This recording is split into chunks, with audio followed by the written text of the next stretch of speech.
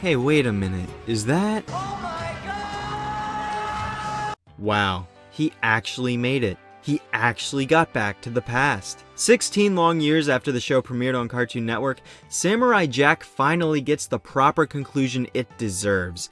And damn, was it bittersweet. Was this finale perfect? No, I have my minor gripes with it that I'll get into as the video goes on, but I can say that as a whole, I loved this ending to the series and was completely satisfied with how events played out. Now, maybe part of the reason was because I totally called it on Twitter about an hour or so before the episode aired, but almost everything about this was a great way to send our hero off on a high note. Not necessarily the happiest, but one of the most sublime. I can't really put into words just how it feels to see this series come to an end after growing up with it all my life. There seems to be a part of me saying that I'm sad to see it go, that I wished it could have been longer. Yet there's another part telling me that this means all 5 seasons of the show were spectacular. I can hopefully say that Samurai Jack, in its entirety, is fantastic. No seasonal rots for this show. But anyways, enough with the personal reflection, let's talk about the final episode. The opening act of episode 101 once again acts as a callback for fans of the older seasons, as we see a bunch of characters from Jack's previous adventures such as the dogs, the woolies, the Jump Good tribe as I like to call them, and so on. I also loved how Gendy integrated the original series introduction into the final episode, so it not only acted as an opening for us, but as a retelling for the characters in the show itself. As meta as it may be, I still think it's pretty humorous, and I'm extremely glad that they kept Mako's narration instead of redubbing it, because it shows that they could still incorporate him into the series finale. Just as I did in episode 97, I absolutely loved seeing these familiar faces and fully welcomed the fan service into this episode because it was such a good way to show the impact that Aku would have left after he killed the samurai. Seeing all of these characters united together as one brings the finale of the series full circle. Speaking of which, that's exactly why all of these characters are called to witness Aku's message to the world. He's since captured Jack from the last episode, locked his sword away, and plans on killing the samurai in front of everybody to show how cruel he can really be. Gotta say, I love that. It shows just how evil Aku truly is. To want to slaughter everyone's hero right in front of their eyes, to show everyone across the world who had hope that there is no one else who can save them now, that's incredibly sadistic. Of course, none of these characters want to witness their hero die a tragic death. Hell, I doubt anyone would. So they step in to save Jack before Aku can strike the final blow. The way that Aku stalls for time here as he remains indecisive on how he wants to kill Jack was rather humorous, seeing him go back and forth on which method would be the most fitting to take his life. This of course leads to his ultimate downfall, as most of his hesitancy gives the warriors, the ravers, and the Scotsman army of daughters enough time to get there and distract Aku long enough to save Jack. And again, I gotta queue up points to Aku for choosing a truly cruel method of taking Jack's life. Forcing the Aku-infused Ashi to do away with him again emphasizes the true nature of his ultimate evil. To be forcefully killed by the person he loved? That's harsh. On the flip side of things, one of the episode's shining moments occurs when the giant army of Jack's friends show up to fight back against Aku, with the triumphant music that plays alongside everyone taking shots at the Deliverer of Darkness to be that nice thematic cherry on top. Flying monkeys?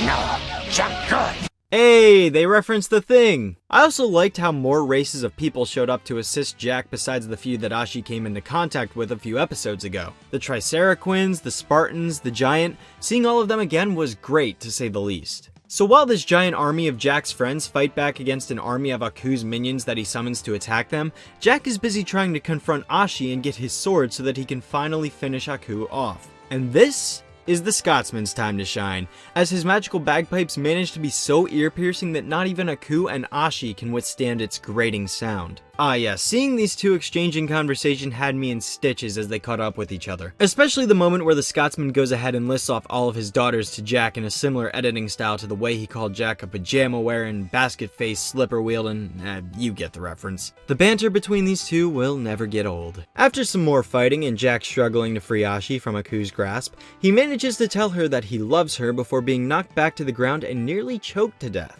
This shows that the power of love can pretty much overcome any obstacle, as Ashi frees herself from Aku's grasp and regains her composure enough to fight back against him with all of the same abilities that he has. I actually thought this was pretty cool, to see Ashi using the same powers as Aku. It makes sense given that she's a living entity that was born from the darkness of which Aku provided, and to see it turn on him was unexpected, but fitting. The first time I watched this episode, I had a minor nitpick where I thought the turning point from Ashi realizing she has powers to them warping back to the past happened way too quickly, but after putting some more thought into it, it actually makes perfect sense. Considering they now have the opening to go back in time, it would be stupid not to move as quickly as possible before Aku found a way to stop them again. And so they do just that, with Jack and Ashi arriving immediately after the events the first episode left off with. Aku gets taken by surprise when Jack gets back so quickly and doesn't have enough time to escape, and Jack strikes him down. As much as I love Aku as a villain, to see him finally defeated, to see him perish to the legendary blade that Jack has been traveling with for so long, it was so satisfying. The world is finally free of Aku's curse, as Jack utterly decimates him and escapes with Ashi on foot. He finally got back to the past. He finally saved the world.